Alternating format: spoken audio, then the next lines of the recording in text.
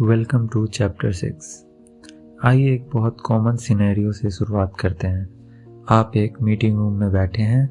आप यानी कि डिजाइनर कहते हैं मुझे लगता है कि बाय नाउ बटन का रंग नीला होना चाहिए क्योंकि नीला रंग ट्रस्ट दिखाता है। तभी मार्केटिंग वाला बंदा कहता है नहीं, मुझे लगता है लाल होना चाहिए क्योंकि लाल रंग अर्जेंसी दिखाता है। फिर बॉस कहता है मुझे हरा पसंद है क्योंकि मेरी कलर लकी जो है वो हरा है। इस बहस का अंत क्या होगा? वही होगा जो बॉस चाहेगा। इसे कहते हैं hippo effect, highest paid persons opinion. जिसकी सैलरी सबसे ज़्यादा उसकी बात मानी जाएगी। लेकिन क्या यह सही तरीका है? बिल्कुल नहीं।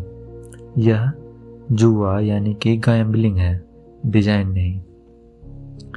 चैप्टर 6 में हम बात करेंगे डेटा ड्रिवन डिजाइन की। हम डिजाइन को आर्ट से निकालकर साइंस बनाएंगे।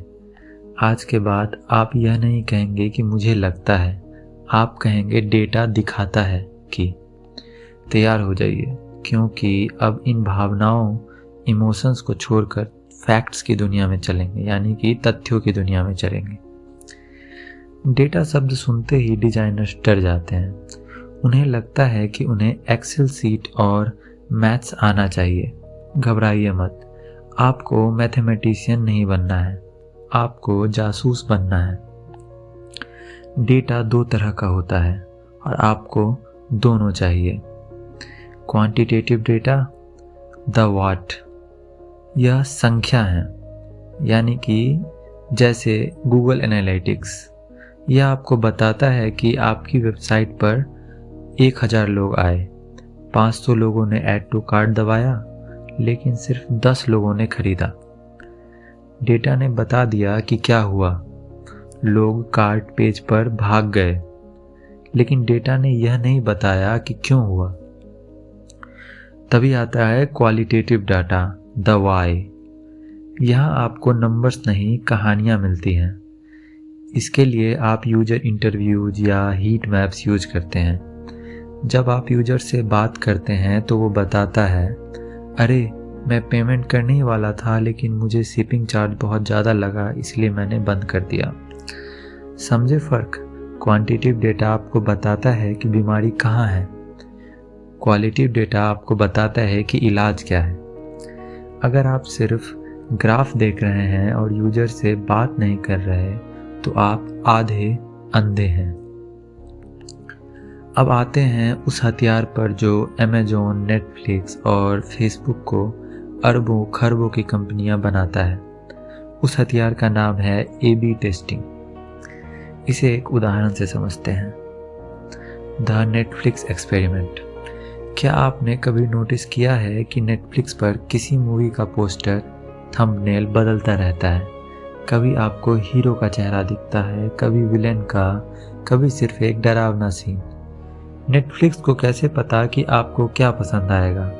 वो आपसे पूछते नहीं हैं, वो टेस्ट करते हैं। वो अपने 1 करोड़ यूजर्स को 2 हिस्सों में बांटते हैं। ग्रुप ए को दिखाते हैं रोमांटिक पोस्टर, ग्रुप बी को दिखाते हैं एक्शन वाला पोस्टर। फिर वो चुपचाप देखते हैं कि किस ग्रुप ने मूवी पर ज़्यादा क्लिक किया। अगर एक्शन वाले पोस्टर पर 20% ज़्यादा क्लिक आए तो बूम, पूरी दुनिया के लिए अब वही पोस्टर फाइनल हो जाएगा। एज ए डिजाइनर आपको भी यही करना है। बहस मत करो कि बटन नीला हो या लाल। एक वर्जन नीले के साथ बनाओ, एक लाल के साथ। लाइव करो और यूजर को फैसला करने दो। इसे कहते हैं डिजाइन डेमोक्रेसी। यहाँ बॉस राजा नहीं है, यूजर राजा है। डेटा बहुत शक्तिशाली है, लेकिन यह एक नशा भी है। अगर आप आंख बंद करके सिर्फ डेटा को फॉलो करेंगे तो आप बड़ी गलती कर सकते हैं। इसे द लोकल मैक्सिमा प्रॉब्लम कहते हैं। मान लीजिए डेटा कहता है कि बड़े और लाल बटन पर लोग ज़्यादा क्लिक करते हैं, तो क्या आप पूरी वेबसाइट को लाल कर देंगे?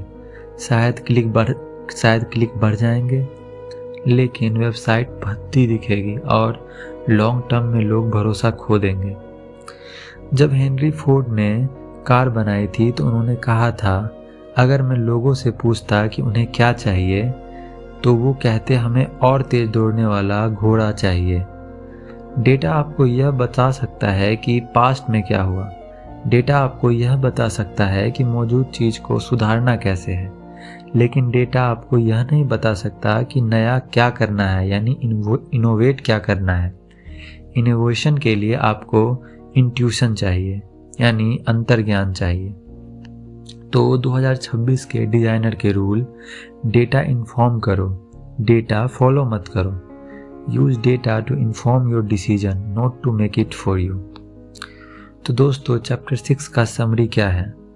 ईगो को मारो, मीटिंग में आई थिंक बोलना बंद करो, डेटा सोच बोलना शुरू करो, दोनों कान खुले रखो, क्वांट यानी कि नंबर्स और कहानियाँ दोनों जरूरी है।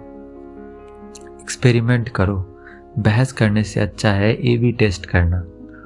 बैलेंस, डेटा को अपना कंपास बनाओ, लेकिन जहाज के कप्तान तुम ही हो, फैसला तुम्हें लेना है। अब तक हमने बहुत स्क्रीन और बटन की बात कर ली, लेकिन फ्यूचर का इंटरफेस क्या है? क्या भविष्य में स्क्रीन्स होंगी भी, या हम हवा में बातें करेंगे? अगला चैप्टर 7 बहुत ही रोमांचक साईफाई होने वाला है।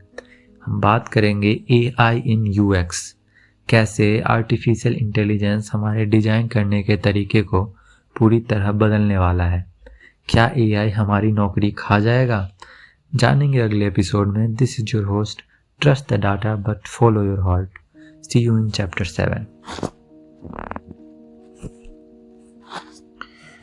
यह चैप्टर सबसे हॉट टॉपिक पर है। आज हर डिजाइनर के मन में एक डर है, क्या AI मेरी नौकरी खा जाएगा? इस चैप्टर में हमें उस डर को ताकत में बदलना है। हमें यह समझना है कि AI विलेन नहीं बल्कि एक सुपर पावर है। Welcome to chapter 7। आज हम उस चीज़ के बारे में बात करेंगे जिसने पूरी दुनिया में तहलका मचा रखा है। ChatGPT, Midjourney, Gemini, artificial intelligence की। जैसे ही AI आया, डिजाइनर्स 2 हिस्सों में बट गए। एक वो जो डर रहे हैं, यार अब तो कंप्यूटर खुद डिजाइन बना लेगा, मेरा क्या होगा? और दूसरे वो जो कह रहे हैं, वाह अब मेरा काम आसान हो जाएगा। मैं आपको आज एक सच बताता हूँ, क्या AI डिजाइनर्स को रिप्लेस करेगा? जवाब है नहीं। लेकिन एक डिजाइनर जिसे AI यूज करना आता है, वो उस डिजाइनर को जरूर रिप्लेस कर देगा जिसे AI नहीं आता। AI आपकी नौकरी खाने नहीं आया, वो आपको आयरन मैन वाला सूट देने आया है। पुराने जमाने में डिजाइनर्स हाथ से काम करते थे, पिक्सेल पुशिंग। आने वाले वक्त में डिजाइनर्स दिमाग से काम करेंगे, जैसे कि क्यूरेशन एंड स्ट्रेटजी। चैप्टर 7 में हम जानेंगे कि AI कैसे UX की दुनिया को बदल रहा है और हम इसका इस्तेमाल कैसे कर सकते हैं। AI का सबसे बड़ा जादू है प्रेडिक्शन, यानी कि भविष्यवाणी। अब तक UX था रिएक्टिव, यूजर बटन दबाता था तब कुछ होता था। अब UX बन रहा है प्रोएक्टिव। यूजर के पूछने से पहले ही ऐप को पता है कि उसे क्या चाहिए। एग्जाम्पल में गूगल मैप्स शाम के 6 बजते ही जब आप ऑफिस से निकलते हैं, गूगल मैप्स आपको नोटिफिकेशन भेजता है, traffic to home is 45 minutes. आपने पूछा नहीं, आपने ऐप ने खोला नहीं, लेकिन AI ने आपके पैटर्न को समझा। उसे पता है आप रोज 6 बजे घर जाते हैं, उसने आपके लिए फैसला ले लिया। इसे कहते हैं एंटीसिपेटरी डिजाइन। यह कोग्निटिव लोड को 0 कर देता है। Think about Gmail smart compose. जब आप ईमेल लिखते हैं तो वो अपने आप सेंटेंस पूरा कर देता है, वो आपके लिखने के स्टाइल को समझ रहा है। अब आपको सिर्फ स्क्रीन नहीं बनानी, आपको कॉन्टेक्स्ट डिजाइन करना है। आपको सोचना है मेरा यूजर कब, कहाँ और क्यों फंसेगा, और क्या मेरा AI उसे पहले ही बचा सकता है। अब हम इंटरेक्शंस नहीं, इंटरवेंशंस या डिजाइन करेंगे। चैप्टर 1 में मैंने कहा था कि हम स्टारबक्स जैसे एक्सपीरियंस देना चाहते हैं, लेकिन डिजिटल दुनिया में एक समस्या थी। हम सबके लिए एक जैसा ऐप बनाते थे, वन साइज फिट्स ऑल, जैसे कि चाहे 18 साल का गेमर हो या 60 साल की दादी, सबको वही अमेजोन का होम पेज दिखता था। एआई ने इसे बदल दिया है। अब हम डायनेमिक यूएक्स के दौर में हैं। इमेजिन कीजिए एक शॉपिंग ऐप। यूजर ए बहुत जल्दी में है, उसे सिर्फ बाय नाउ बटन पर और प्राइस देखना है। उसके लिए साफ सुथरा लिस्ट वाला इंटरफेस दिखाएगा वो एआई, जबकि यूजर भी उसे एक्सप्लोर करना पसंद है। वो फैशन लवर है, एआई उसके लिए बड़ी बड़ी इमेजेस, वीडियोज और इंस्पिरेशन वाला इंटरफेस दिखाएगा। ऐप वही है, कोड वही है, लेकिन एक्सपीरियंस हर इंसान के लिए अलग है। नेटफ्लिक्स यह पहले से कर रहा है। आपका नेटफ्लिक्स होम पेज मेरे नेटफ्लिक्स से बिल्कुल अलग दिखता है। एज ए डिज़ाइनर हम स्टैटिक पेजेस नहीं बनाएंगे, हम सिस्टम्स बनाएंगे जो यूजर के मूड के हिसाब से बदल सके।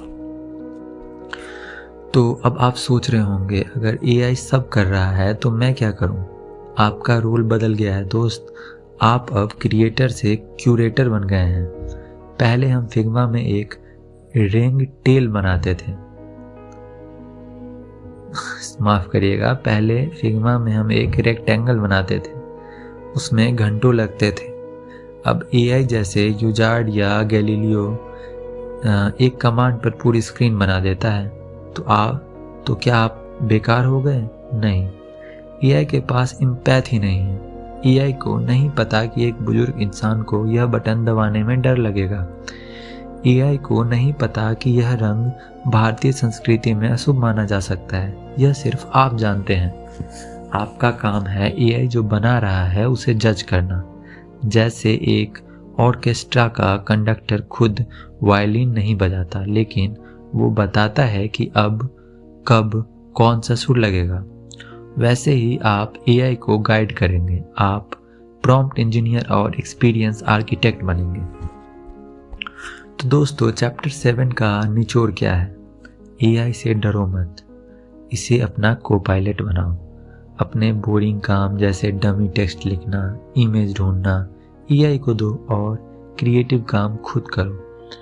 प्रेडिक्टिव यूएक्स, ऐसा डिजाइन सोचो जो यूजर की ज़रूरत को पहले ही समझ ले। ह्यूमन टच, टेक्नोलॉजी जितनी बढ़ेगी ह्यूमन टच की वैल्यू उतनी ही बढ़ेगी।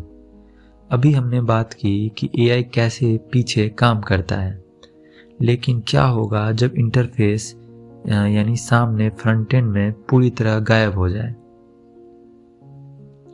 दोबारा सुनिएगा, लेकिन क्या होगा जब इंटरफेस सामने से पूरी तरह गायब हो जाए? क्या होगा जब हमें स्क्रीन की ज़रूरत ही ना पड़े? क्या हम हवा से बात करेंगे? अगला चैप्टर 8 बहुत ही मैजिकल होने वाला है। हम बात करेंगे जनरेटिव यूआई और वॉइस इंटरफेसेज की, जब ऐप्स दिखना बंद हो जाएंगी और महसूस होना शुरू होंगी। This is your host, the future is AI but the heart is human. See you in chapter 8। Welcome to chapter 8। एक सवाल पूछता हूँ, क्या यह अजीब नहीं है कि हम सब एक ही तरह का इंस्टाग्राम यूज़ करते हैं? चाहे आप 15 साल के हों या 50 के, चाहे आपको वीडियो बनाना पसंद हो या सिर्फ देखना, पोस्ट का बटन वही है, रील्स का बटन वही है। आज की ऐप्स फ्रोजन है, मतलब जमी हुई है। डिजाइनर ने ऑफिस में बैठकर फैसला कर लिया कि यह बटन कहाँ रहेगा, और करोड़ों लोगों को उसे वहीं यूज करना पड़ता है, चाहे उन्हें पसंद हो या ना हो। लेकिन क्या हो अगर ऐप पानी की तरह हो, जिस बर्तन में डालो वैसा आकार ले लो। दोस्तों, स्वागत कीजिए जनरेटिव यूआई का। यह यूएक्स की दुनिया का अगला सबसे बड़ा भूचाल है। यहाँ डिजाइनर स्क्रीन्स नहीं बनाता, यहाँ एआई यूजर की बात सुनकर ऑन द स्पॉट उसके लिए एक नया इंटरफेस खड़ा कर देता है। आज हम जानेंगे कि कैसे हम ऐप से आगे बढ़कर इंटेलिजेंट इंटरफेसेस की तरफ जा रहे हैं। जिन यूआई को समझने के लिए हमें चैट जीपीटी को देखना होगा। जब चैट जीपीटी आया तो इंटरफेस क्या था? सिर्फ एक चैट बॉक्स। आप लिखते हैं, वो लिखता है, लेकिन टेक्स्ट हर चीज़ का हल नहीं है। अगर मुझे फ़्लाइट बुक करनी है और मैं एआई से बोलूं book a flight to Mumbai और वो मुझे 10 फ़्लाइट की लिस्ट टेक्स्ट में लिख कर दे दे, तो यह बैड यूएक्स है। मुझे टेक्स्ट नहीं चाहिए, मुझे वो फिल्टर्स, वो टाइम टेबल, वो सीट सिलेक्शन वाला ग्राफिक चाहिए। यहीं पर जनरेटिव यूआई आता है। यह एक साधारण चैटबॉट नहीं है। जब आप इससे फ़्लाइट मांगेंगे तो यह टेक्स्ट नहीं देगा, यह आपके सामने एक मिनी ऐप बनाकर खड़ा कर देगा जिसमें बटन्स होंगे, स्लाइडर्स होंगे, मैप्स होंगे जो सिर्फ आपके लिए बने हैं। जैसे ही आपका काम खत्म, वो इंटरफेस गायब। जस्ट इन टाइम इंटरफेस, जब ज़रूरत हो तभी दिखे वरना गायब। तो अगर एआई खुद स्क्रीन बना रहा है तो हम डिज़ाइनर्स क्या करेंगे? क्या हम घर बैठ जाएं? नहीं, हमारा काम और मुश्किल हो गया है। इसे एक किचन के उदाहरण से समझते हैं। हम रेस्टोरेंट के शेफ थे। हमारे मेन्यू में 10 डिश फिक्स थी, जो भी आएगा वही खाएगा। अब हम शेफ नहीं हैं, अब हम सब्जी वाले हैं। अब हम एआई को बताएंगे कि देखो, यह हमारा बटन है, यह हमारा कार्ड है, यह हमारा फ़ॉन्ट और कलर है। अब एआई उस वक्त का शेफ है। अगर यूजर को सैंडविच चाहिए तो एआई हमारे दिए हुए ब्रेड और सब्जियों को मिलाकर सैंडविच बना देगा। अगर यूजर को सूप चाहिए तो वो सूप बना देगा। हमें फाइनल स्क्रीन डिज़ाइन नहीं करनी, हमें डिज़ाइन सिस्टम डिज़ाइन करना है। हमें यह पक्का करना है कि एआई चाहे जो भी बनाए वो टूटे नहीं और हमारे ब्रांड जैसा दिखे। इसे कहते हैं एटॉमिक डिज़ाइन ऑन स्टेरॉइड्स। सोचिए, अगर जेन यूआई पूरी तरह आ गया तो सबसे पहले क्या मरेगा? नेविगेशन बार, वो हैमबर्गर मेन्यू, वो टैब्स। आज हम ऐप्स में चीज़ें ढूंढते हैं, settings, account, privacy, change password, या एक भूल भुलैया है। जनरेटिव यूआई की दुनिया में ढूंढना खत्म हो जाएगा, यानी सर्च खत्म हो जाएगा। आप बस कहेंगे मेरा पासवर्ड बदलो और आपके सामने सीधे चेंज पासवर्ड का बॉक्स आ जाएगा। आपको 4 पेज अंदर जाने की ज़रूरत नहीं। The interface comes to you. आप इंटरफेस के पास नहीं जाते, इंटरफेस आपके पास आता है। यह सुनने में जादू लगता है, लेकिन यह डिज़ाइन का सबसे प्योर फॉर्म है। कोई रुकावट नहीं, सिर्फ इंटेंट और एक्शन। लेकिन इसमें एक खतरा भी है। अगर इंटरफेस हर बार बदलता रहेगा तो यूजर सीखेगा कैसे? क्या हम कंफ्यूज नहीं हो जाएंगे? यही वो पहली पहेली है जिसे हमें और आपको सुलझाना है। तो दोस्तों, चैप्टर 8 का समरी क्या है? Apps are dissolving. एप्स अब पत्थर की लकीर नहीं रही, वो पानी बन रही है। विजेट्स ऑन डिमांड, भविष्य चैट और यूआई का मिश्रण। Design systems are king. अगर आपका डिजाइन सिस्टम मजबूत नहीं है तो एआई कचरा बना देगा। कंपोनेंट्स को इज्जत देना सीखो। हमने स्क्रीन को बदलते हुए देख लिया, लेकिन अभी भी हम स्क्रीन को देख रहे हैं, हम स्क्रीन को छू रहे हैं। क्या यह जरूरी है? इंसान आपस में स्क्रीन दबाकर बात नहीं करते, हम बोल कर बात करते हैं। अगला चैप्टर 9 हमें स्क्रीन से आज़ाद कर देगा। हम बात करेंगे वॉइस एंड कंट्रोवर्शियल यूएक्स की। जब आपका डिज़ाइन दिखाई नहीं देगा, सिर्फ सुनाई देगा, और वो सबसे मुश्किल डिज़ाइन होता है। This is your host, be fluid like water. See you in chapter 9। Welcome to chapter 9। एक पल के लिए अगर आप गाड़ी नहीं चला रहे हैं तो अपनी आंखें बंद कर लीजिए और इमेजिन कीजिए कि आप 10,000 साल पहले एक गुफा में बैठे हैं। वहाँ कोई स्क्रीन नहीं है, कोई कीबोर्ड नहीं है, कोई माउस नहीं है। इंसान एक दूसरों से इंटरेक्ट कैसे कर रहे हैं? बातों से। Welcome to chapter 10। दोस्तों, पिछले 50 सालों से हम इंसान कांच के टुकड़ों को घूर रहे हैं। पहले वो कांच मोटा था, फिर वो पतला हुआ और फिर वो हमारी जेब में आ गया, लेकिन रहा वो कांच का एक टुकड़ा ही, एक रेक्टेंगल। हम 3D दुनिया में रहते हैं, लेकिन हमारा डिजिटल अनुभव 2D में कैद है। हम अपनी गर्दन झुकाकर फ़ोन देखते हैं, जिससे हमें टेक नेक की बीमारी हो रही है। लेकिन क्या हो अगर यह कांच की दीवार टूट जाए? क्या हो अगर इंटरनेट आपके फ़ोन में नहीं बल्कि आपके कमरे की हवा में तैरने लगे? स्वागत है स्पेशल कंप्यूटिंग की दुनिया में।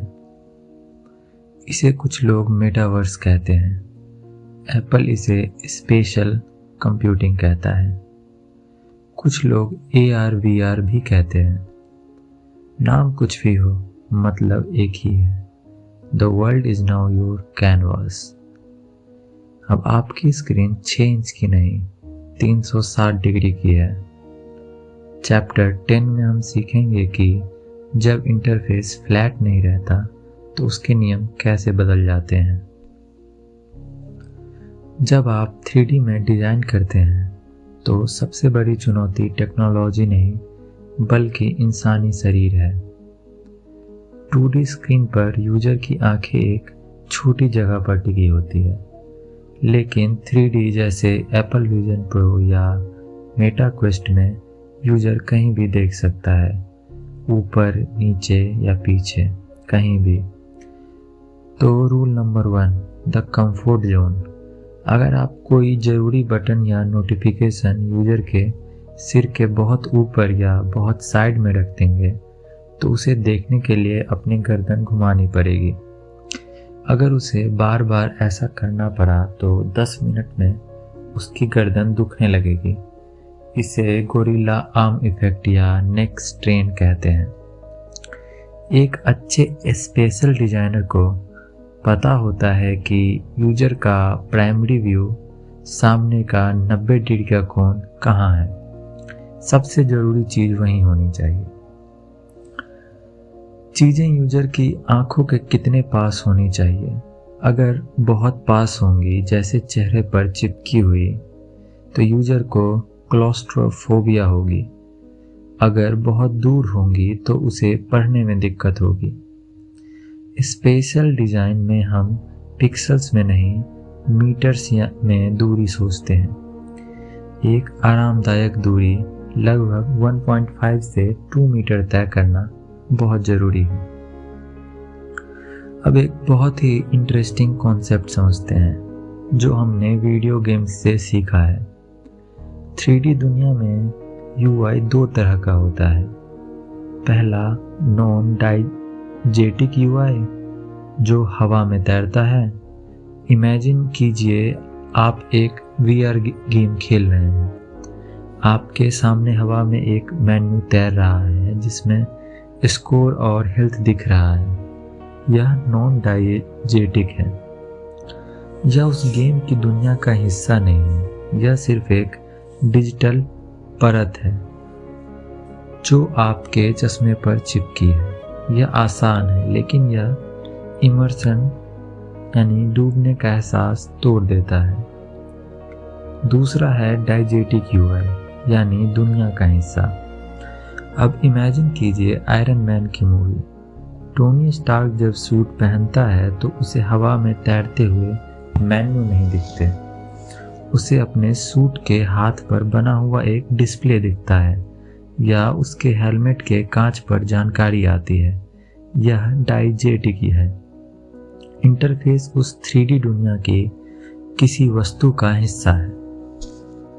अगर आप एक कुकिंग ऐप बना रहे हैं AR के लिए, तो हवा में एक रेसिपी कार्ड तैर रहा है जो आपके बर्तनों को ढक रहा है। ये एक बैड डिजाइन होगा। जबकि रेसिपी का अगला स्टेप आपकी किचन की दीवार पर प्रोजेक्ट हो रहा है या आपके फ्रिज के दरवाजे पर दिख रहा है, तो यह गुड डिजाइन माना जाएगा। फ्यूचर के डिजाइनर्स को चीज़ों को हवा में लटकाना बंद करना होगा और उन्हें असली दुनिया में फिट करना सीखना होगा।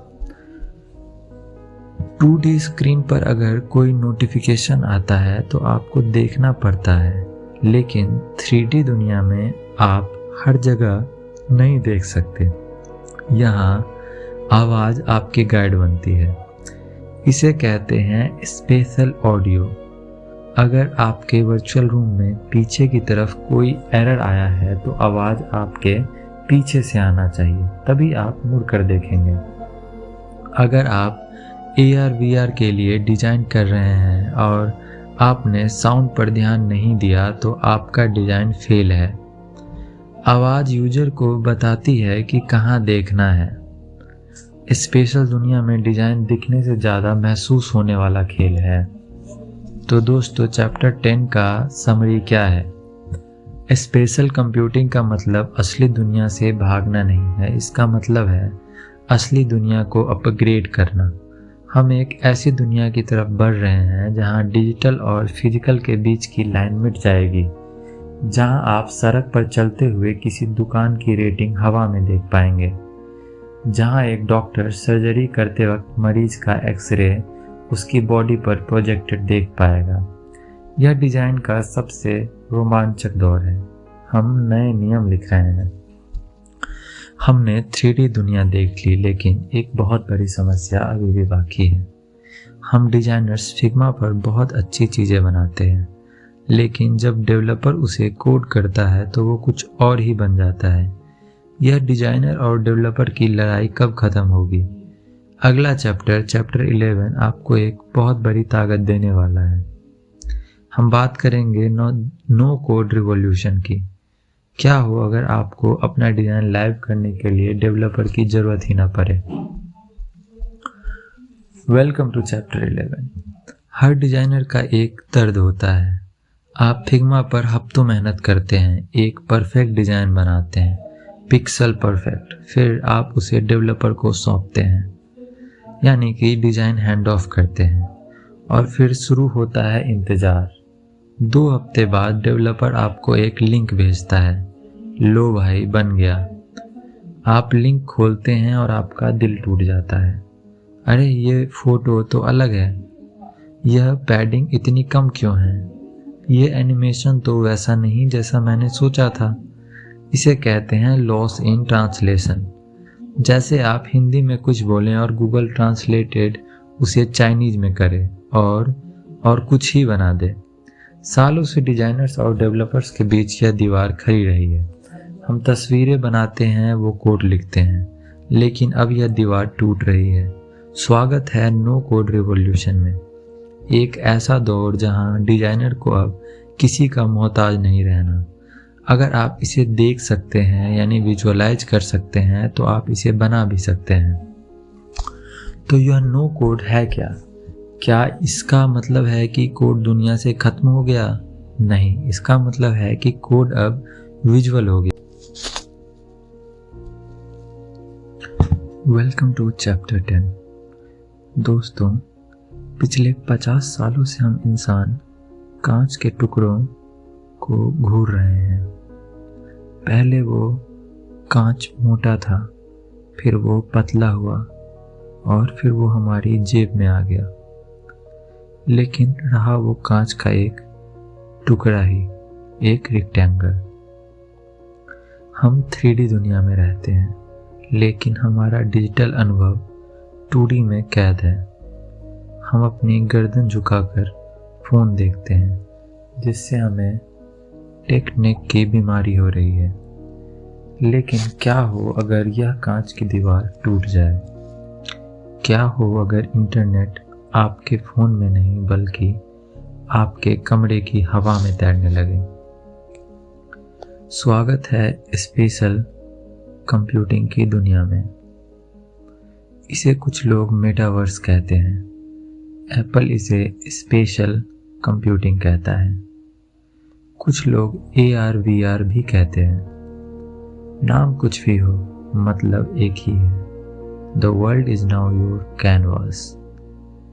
अब आपकी स्क्रीन 6 इंच की नहीं, 360 डिग्री की है। चैप्टर 10 में हम सीखेंगे कि जब इंटरफेस फ्लैट नहीं रहता तो उसके नियम कैसे बदल जाते हैं। जब आप 3D में डिज़ाइन करते हैं तो सबसे बड़ी चुनौती टेक्नोलॉजी नहीं बल्कि इंसानी शरीर है। 2D स्क्रीन पर यूजर की आंखें एक छोटी जगह पर टिकी होती है, लेकिन 3D जैसे एप्पल विजन प्रो या मेटा क्वेस्ट में यूजर कहीं भी देख सकता है, ऊपर, नीचे या पीछे, कहीं भी। तो rule number 1, the comfort zone. अगर आप कोई ज़रूरी बटन या नोटिफिकेशन यूजर के सिर के बहुत ऊपर या बहुत साइड में रख देंगे तो उसे देखने के लिए अपनी गर्दन घुमानी पड़ेगी। अगर उसे बार बार ऐसा करना पड़ा तो 10 मिनट में उसकी गर्दन दुखने लगेगी। इसे गोरिल्ला आर्म इफेक्ट या नेक स्ट्रेन कहते हैं। एक अच्छे स्पेशल डिजाइनर को पता होता है कि यूजर का प्राइमरी व्यू, सामने का 90 डिग्री का कोण कहाँ है। सबसे ज़रूरी चीज़ वहीं होनी चाहिए। चीज़ें यूजर की आंखों के कितने पास होनी चाहिए। अगर बहुत पास होंगी, जैसे चेहरे पर चिपकी हुई, तो यूजर को क्लॉस्ट्रोफोबिया होगी। अगर बहुत दूर होंगी तो उसे पढ़ने में दिक्कत होगी। स्पेशल डिज़ाइन में हम पिक्सेल्स में नहीं, मीटर्स में दूरी सोचते हैं। एक आरामदायक दूरी लगभग 1.5 से 2 मीटर तय करना बहुत ज़रूरी है। अब एक बहुत ही इंटरेस्टिंग कॉन्सेप्ट समझते हैं जो हमने वीडियो गेम्स से सीखा है। 3D दुनिया में UI 2 तरह का होता है। पहला नॉन डाइजेटिक UI जो हवा में तैरता है। इमेजिन कीजिए आप एक VR गेम खेल रहे हैं। आपके सामने हवा में एक मेन्यू तैर रहा है जिसमें स्कोर और हेल्थ दिख रहा है। यह नॉन डाइजेटिक है। यह उस गेम की दुनिया का हिस्सा नहीं है। यह सिर्फ एक डिजिटल परत है जो आपके चश्मे पर चिपकी है। यह आसान है, लेकिन यह इमर्सन यानी डूबने का एहसास तोड़ देता है। दूसरा है डाइजेटिक UI यानी दुनिया का हिस्सा। अब इमेजिन कीजिए आयरन मैन की मूवी। टोनी स्टार्क जब सूट पहनता है तो उसे हवा में तैरते हुए मेन्यू नहीं दिखते। उसे अपने सूट के हाथ पर बना हुआ एक डिस्प्ले दिखता है या उसके हेलमेट के कांच पर जानकारी आती है। यह डाइजेटिक ही है। इंटरफेस उस 3D दुनिया की किसी वस्तु का हिस्सा है। अगर आप एक कुकिंग ऐप बना रहे हैं AR के लिए, तो हवा में एक रेसिपी कार्ड तैर रहा है जो आपके बर्तनों को ढक रहा है। ये एक बैड डिजाइन होगा। जबकि रेसिपी का अगला स्टेप आपकी किचन की दीवार पर प्रोजेक्ट हो रहा है या आपके फ्रिज के दरवाजे पर दिख रहा है, तो यह गुड डिजाइन माना जाएगा।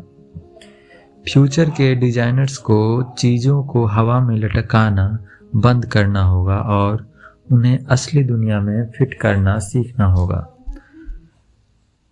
2D स्क्रीन पर अगर कोई नोटिफिकेशन आता है तो आपको देखना पड़ता है, लेकिन 3D दुनिया में आप हर जगह नहीं देख सकते। यहाँ आवाज़ आपकी गाइड बनती है। इसे कहते हैं स्पेशल ऑडियो। अगर आपके वर्चुअल रूम में पीछे की तरफ कोई एरर आया है तो आवाज़ आपके पीछे से आना चाहिए, तभी आप मुड़ कर देखेंगे। अगर आप AR VR के लिए डिज़ाइन कर रहे हैं और आपने साउंड पर ध्यान नहीं दिया तो आपका डिज़ाइन फेल है। आवाज़ यूजर को बताती है कि कहाँ देखना है। स्पेशल दुनिया में डिज़ाइन दिखने से ज़्यादा महसूस होने वाला खेल है।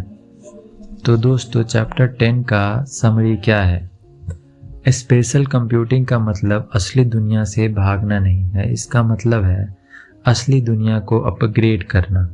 हम एक ऐसी दुनिया की तरफ बढ़ रहे हैं जहां डिजिटल और फिजिकल के बीच की लाइन मिट जाएगी, जहां आप सड़क पर चलते हुए किसी दुकान की रेटिंग हवा में देख पाएंगे, जहां एक डॉक्टर सर्जरी करते वक्त मरीज का एक्सरे उसकी बॉडी पर प्रोजेक्टेड देख पाएगा। यह डिजाइन का सबसे रोमांचक दौर है। हम नए नियम लिख रहे हैं। हमने 3D दुनिया देख ली, लेकिन एक बहुत बड़ी समस्या अभी भी बाकी है। हम डिजाइनर्स फिग्मा पर बहुत अच्छी चीज़ें बनाते हैं, लेकिन जब डेवलपर उसे कोड करता है तो वो कुछ और ही बन जाता है। यह डिजाइनर और डेवलपर की लड़ाई कब खत्म होगी? अगला चैप्टर 11 आपको एक बहुत बड़ी ताकत देने वाला है। हम बात करेंगे नो कोड रिवॉल्यूशन की। क्या हो अगर आपको अपना डिजाइन लाइव करने के लिए डेवलपर की जरूरत ही ना पड़े। Welcome to chapter 11। हर डिजाइनर का एक दर्द होता है। आप फिग्मा पर हफ्तों मेहनत करते हैं, एक परफेक्ट डिजाइन बनाते हैं, पिक्सल परफेक्ट, फिर आप उसे डेवलपर को सौंपते हैं, यानी कि डिजाइन हैंड ऑफ करते हैं, और फिर शुरू होता है इंतजार। 2 हफ्ते बाद डेवलपर आपको एक लिंक भेजता है, लो भाई बन गया। आप लिंक खोलते हैं और आपका दिल टूट जाता है। अरे ये फोटो तो अलग है, यह पैडिंग इतनी कम क्यों है, ये एनिमेशन तो वैसा नहीं जैसा मैंने सोचा था। इसे कहते हैं लॉस इन ट्रांसलेशन। जैसे आप हिंदी में कुछ बोलें और गूगल ट्रांसलेटेड उसे चाइनीज में करे और कुछ ही बना दे। सालों से डिजाइनर्स और डेवलपर्स के बीच यह दीवार खड़ी रही है। हम तस्वीरें बनाते हैं, वो कोड लिखते हैं, लेकिन अब यह दीवार टूट रही है। स्वागत है नो कोड रिवॉल्यूशन में, एक ऐसा दौर जहां डिजाइनर को अब किसी का मोहताज नहीं रहना। अगर आप इसे देख सकते हैं, यानी विजुअलाइज कर सकते हैं, तो आप इसे बना भी सकते हैं। तो यह नो कोड है क्या? क्या इसका मतलब है कि कोड दुनिया से खत्म हो गया? नहीं, इसका मतलब है कि कोड अब विजुअल हो गया। तो यह नो कोड है क्या? क्या इसका मतलब है कि कोड दुनिया से खत्म हो गया? नहीं, इसका मतलब है कि कोड अब विजुअल हो गया है। याद है बचपन में MS फोन पेज या ड्रीम वीवर, उसे कहते थे What you see is what you get। जो दिख रहा है वही बनेगा। नो कोड उसी का एक सुपर पावर वाला वर्जन है। आज हमारे पास वेबफ्लो, फ्रेमर, विक्स स्टूडियो जैसे टूल्स हैं। ये सिर्फ डिजाइन टूल्स नहीं हैं, ये विजुअल डेवलपमेंट इन्वायरमेंट्स हैं। जब आप वेबफ्लो में एक बटन खींच कर लाते हैं तो बैकग्राउंड में वह असली HTML CSS कोड लिख रहा होता है, साफ सुथरा कोड। फ्रेमर तो फिग्मा जैसा ही लगता है, लेकिन उसमें जो आप बनाते हैं वो एक असली रिएक्ट वेबसाइट होती है। पहले हम सोचते थे यह कैसा दिखेगा, अब हम सोचते हैं यह कैसे काम करेगा। अब आपको बॉक्स मॉडल, फ्लेक्स बॉक्स और रिस्पॉन्सिव डिजाइन समझना होगा। सिर्फ रेक्टेंगल बनाने से काम नहीं चलेगा। आपको एक डेवलपर की तरह सोचना होगा, लेकिन कोड लिखे बिना। नो कोड इतना पॉपुलर क्यों हो रहा है? जवाब है रफ्तार। आज के स्टार्टअप्स ज़माने में जो पहले मार्केट में पहुंचता है वही जीतता है, यानी कि MVP, मिनिमम वायेबल प्रोडक्ट। पुराने समय में डिज़ाइन में 2 हफ्ते लगते थे, फिर हैंड ऑफ, फिर डेवलपमेंट में 4 हफ्ते, फिर टेस्टिंग में 1 हफ्ता, टोटल 7 हफ्ते। अभी के टाइम में नो कोड वे में डिजाइन प्लस डेवलपमेंट एक साथ फ्रेमर में टोटल 1 से 2 हफ्ते लगते हैं। अगर आप एक फ्रीलांसर हैं तो आप क्लाइंट से सिर्फ डिजाइन के नहीं बल्कि पूरी वेबसाइट बनाकर देने के पैसे ले सकते हैं। आपकी वैल्यू दोगुनी हो जाएगी। अगर आप एक कंपनी में हैं तो आप मार्केटिंग, लैंडिंग पेजेस खुद बना सकते हैं। आपको हर छोटी चीज़ के लिए इंजीनियरिंग टीम के आगे गिड़गिड़ाना नहीं पड़ेगा। नो कोड ने डिजाइनर्स को सेल्फ सफिशिएंट यानी आत्मनिर्भर बना दिया है। यह एक बहुत बड़ी आज़ादी है। रुको, ज़्यादा हवा में मत उड़ो। नो कोड जादू की छड़ी नहीं है, इसकी भी सीमाएं हैं। यानी लिमिट्स हैं।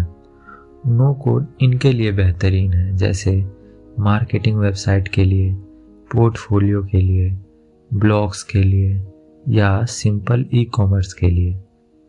लेकिन नो कोड इनके लिए नहीं है, जैसे अगला फेसबुक या ऊबर बनाना, बहुत कॉम्प्लेक्स डेटाबेस वाली ऐप्स बनाना जहां बहुत हाई लेवल सिक्योरिटी चाहिए, जैसे बैंकिंग ऐप्स। एक स्मार्ट डिजाइनर को पता होता है कि उसे कब रुकना है। भविष्य यह है, फ्रंट एंड नो कोड में बनेगा और बैक एंड असली कोडर्स बनाएंगे। डेवलपर्स हमारे दुश्मन नहीं हैं। नो कोड हमें उनके और करीब लाता है, क्योंकि अब हम उनकी भाषा समझते हैं। अब हम उनसे बेहतर तरीके से बात कर सकते हैं। तो दोस्तों, चैप्टर 11 का समरी क्या है? अब आप सिर्फ पिक्सल पुशर नहीं हैं, आप एक बिल्डर हैं। यह दौर उन डिजाइनर्स का है जो अपनी सोच को हकीकत में बदलना जानते हैं। डरो मत, फ्रेमर या वेब फ्लो खोलो। पहले दिन मुश्किल लगेगा, लेकिन एक बार जब आप अपनी बनाई पहली साइट को पब्लिश करेंगे, उस फीलिंग का कोई मुकाबला नहीं है। हमने 3D दुनिया देख ली, हम बिल्डर भी बन गए। अब समय है इन सब चीज़ों को एक सिस्टम में बांधने का। बड़ी कंपनियां जैसे गूगल, एप्पल, एयरबीएनबी कैसे सुनिश्चित करती हैं कि उनके 500 डिजाइनर्स एक ही भाषा बोलें? अगला चैप्टर 12 कॉर्पोरेट जगत का एक सबसे ज़रूरी टॉपिक है। हम बात करेंगे डिजाइन सिस्टम्स एंड टोकन्स की। कैसे एक छोटी सी चींटी मिलकर पूरा हाथी बनाती है, यानी कि कैसे एक छोटी सी एटम मिलकर पूरा प्रोडक्ट बन जाती है। This is your host, stop just designing, start building. Seeing you in chapter 12। Welcome to chapter 12। एक डरावनी कहानी सुनाता हूँ। इमेजिन कीजिए एक बहुत बड़ी कंपनी है, मान लीजिए फ्लिपकार्ट जैसी। उसमें 50 डिजाइनर्स काम कर रहे हैं और 200 डेवलपर्स हैं। टीम ए ने एक बाय नाउ बटन बनाया, नीला और गोल। टीम बी ने एक चेकआउट बटन बनाया, हल्का नीला और राउंडेड। टीम सी ने कुछ और ही बना दिया। जब ये सब एक साथ ऐप में आता है तो वो ऐप नहीं, फ्रैंकेस्टाइन लगता है। इसे कहते हैं डिजाइन डेप्थ। हर डिजाइनर अपनी मर्जी चला रहा है और यूजर कंफ्यूज हो रहा है। इस समस्या का हल एक पीडीएफ गाइड नहीं है, इसका हल है डिजाइन सिस्टम। यह सिर्फ रंगों की पैलेट नहीं है, यह सच्चाई का एकमात्र स्रोत है। चैप्टर 12 में हम सीखेंगे कि कैसे हम लेगो ब्लॉक्स बनाते हैं ताकि पूरी कंपनी एक ही भाषा बोले, और हम जानेंगे डिजाइन टोकन्स के बारे में जो मॉडर्न डिजाइन का नया जादू है। सिस्टम बनाने के लिए हमें तोड़ना सीखना होगा। मशहूर डिजाइनर ब्रैड फ्रॉस्ट ने एक थ्योरी दी थी, एटॉमिक डिजाइन। हमें अपनी वेबसाइट को पेजेस की तरह नहीं देखना है, बल्कि छोटे छोटे टुकड़ों की तरह देखना है। एटम्स यानी कि परमाणु, सबसे छोटी इकाई, जैसे एक बटन, एक इनपुट बॉक्स, एक फॉन्ट स्टाइल, ये अकेले कुछ नहीं कर सकते। सेकेंड, मॉलिक्यूल्स यानी कि अणु। जब आप एटम्स को जोड़ते हैं, जैसे search box input atoms plus button atom से मिलकर बनता है, अब यह काम की चीज बन गई। ऑर्गेनिज्म, जीव, जब मॉलिक्यूल्स जोड़ते हैं, जैसे पूरा हेडर जिसमें लोगो, सर्च बार और मेन्यू है, टेम्पलेट्स एंड पेजेस, और अंत में बनती है पूरी स्क्रीन।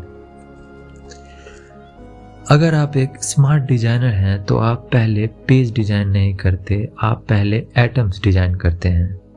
अगर आपने एटम का रंग बदल दिया तो पूरी वेबसाइट के 100 पेजों पर वो बटन अपने आप बदल जाएगा।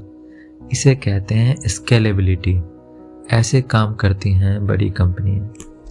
अब आते हैं एक नए कॉन्सेप्ट पर जो 2025 में बहुत हॉट है, मतलब कि बहुत प्रसिद्ध है, और वो है डिजाइन टोकन्स।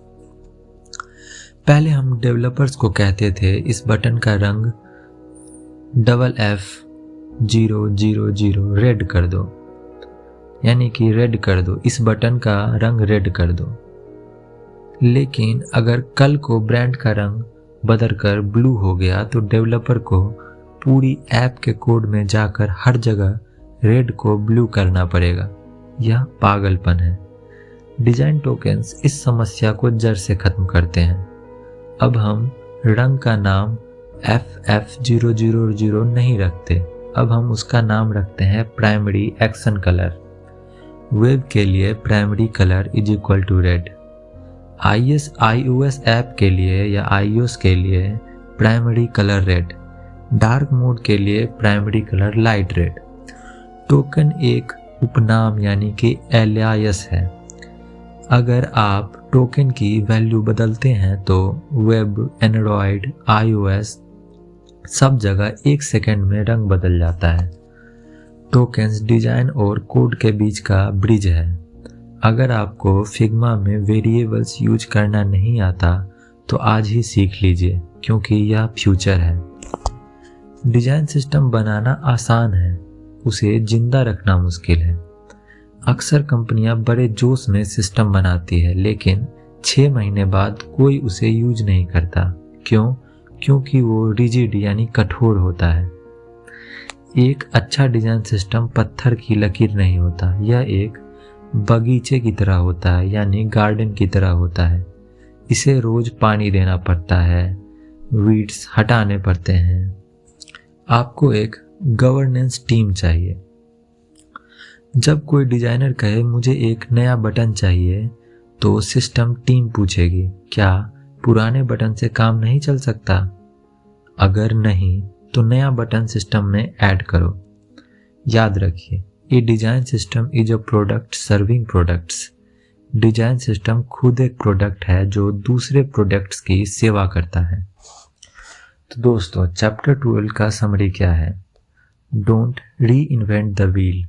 हर बार नया बटन मत बनाओ, लाइब्रेरी यूज करो।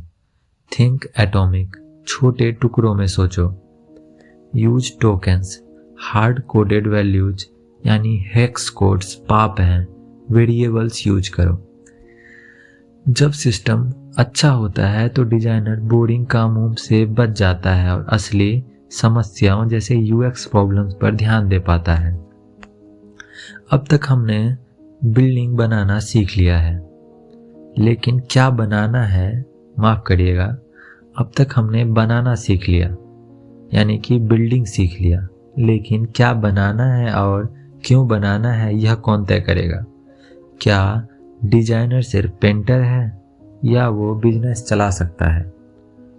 अगला चैप्टर 13 आपको बोर्ड रूम में ले जाएगा। टॉपिक है यूएक्स स्ट्रैटेजी। तैयार हो जाइए, अब हम बिजनेस की भाषा बोलेंगे।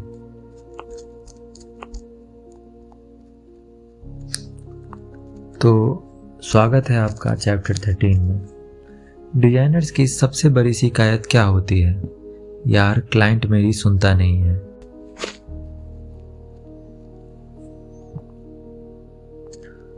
वो कहता है बस लोगों को बड़ा कर दो, इसे सुंदर बना दो। क्या आप जानते हैं क्लाइंट ऐसा क्यों कहता है? क्योंकि आपने उसे कभी बिजनेस वैल्यू दिखाई ही नहीं। आपने उससे रंगों और फ़ॉन्ट्स की बात की। आपने उससे पैसे यानी रेवेन्यू की बात ही नहीं की। अगर आप जिंदगी भर सिर्फ फिग्मा पर स्क्रीन सजाते रहेंगे तो आप एक प्रोडक्शन वर्कर हैं, डिजाइनर नहीं। लेकिन अगर आप यह बता सकें कि इस बटन को यहाँ रखने से कंपनी का प्रॉफिट 10% बढ़ेगा तो आप एक स्ट्रैटेजिस्ट हैं। चैप्टर 13 में हम आर्टिस्ट की टोपी उतारेंगे और बिजनेसमैन की टोपी पहनेंगे।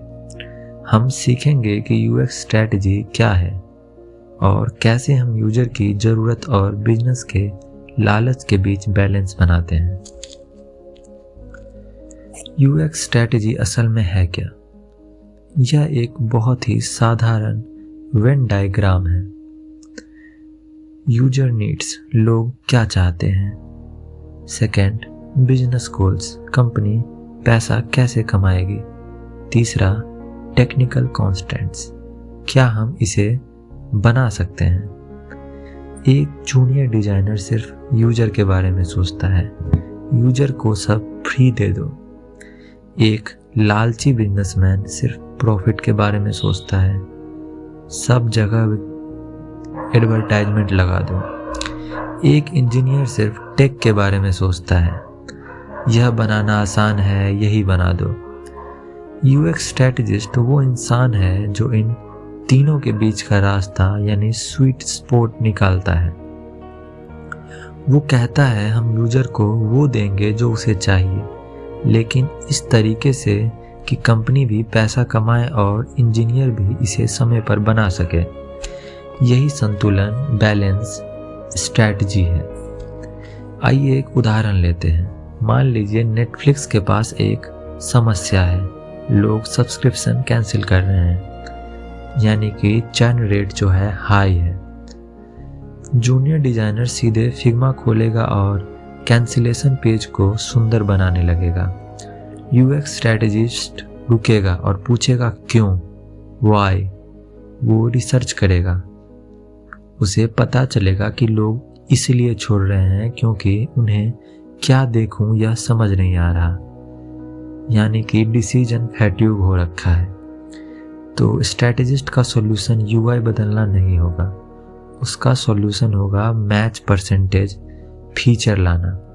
यह मूवी आपसे 98% मैच करती है। यहाँ उसने कोई पिक्सल नहीं हिलाया, लेकिन उसने समस्या की जड़ यानी रूट कोज को पकड़ा। इसे कहते हैं डिस्कवरी फेज। पिक्सल बनाने से पहले सही समस्या यानी राइट प्रॉब्लम ढूंढना ही असली स्ट्रैटेजी है। आइंस्टाइन ने कहा था अगर मुझे दुनिया बचाने के लिए 1 घंटा मिले तो मैं 55 मिनट समस्या समझने में लगाऊंगा और 5 मिनट हल करने में। मीटिंग रूम में आपकी फीलिंग कोई नहीं खरीदेगा। मुझे लगता है यह अच्छा है, इसकी वैल्यू 0 है। डेटा कहता है इससे कन्वर्जन 5% बढ़ेगा, इसकी वैल्यू करोड़ों में है। आपको KPIs यानी की परफॉर्मेंस इंडिकेटर्स समझने होंगे। हर डिजाइन का एक मैट्रिक होता है। पहला ई-कॉमर्स यानी कि कितने लोगों ने खरीदा। दूसरा सोशल मीडिया, कितने लोग वापस आए। तीसरा सपोर्ट ऐप, काम कितनी जल्दी हुआ। जब आप अपना पोर्टफोलियो या केस स्टडी दिखाएं तो यह मत बोलिए कि मैंने यूआई साफ किया, यह बोलिए मेरे रीडिजाइन से कस्टमर सपोर्ट कॉल्स 20% कम हो गए, जिससे कंपनी के लाखों रुपए बचे। जिस दिन आप ROI यानी रिटर्न ऑन इन्वेस्टमेंट की भाषा बोलने लगेंगे, उस दिन आपकी सैलरी डबल हो जाएगी। तो दोस्तों, चैप्टर 13 का निचोड़ क्या है? डिजाइन सिर्फ सजावट नहीं है, यह एक बिजनेस टूल है। हम यहाँ आर्ट बटन के लिए नहीं, हम समस्याएं सुलझाने के लिए हैं, पैसा कमाने वाली समस्याएं सुलझाने के लिए। तो पहला हमने समझा बिजनेस को समझो, अपनी कंपनी का बिजनेस मॉडल जानो, पैसा कहाँ से आता है। दूसरा, यूजर को एडवोकेट करो लेकिन कंपनी को डूबने मत दो। तीसरा, मैट्रिक्स, नंबर से दोस्ती करो। हमने स्ट्रैटेजी बना ली, सिस्टम बना लिया, लेकिन यह सब बनाएगा कौन? क्या हमें डिजाइनर को एक सुपर ह्यूमन होना चाहिए जो रिसर्च भी करे, यूआई भी बनाए और कोड भी लिखे, या हमें अलग अलग रोल्स चाहिए? अगला चैप्टर 14 करियर ग्रोथ के बारे में है। जर्नलिस्ट वर्सेज स्पेशलिस्ट, क्या आपको जैक ऑफ ऑल ट्रेड्स बनना चाहिए या मास्टर ऑफ वन? जानेंगे अगले एपिसोड में। This is your host, design for impact, not just for Dribbble. See you in chapter 14.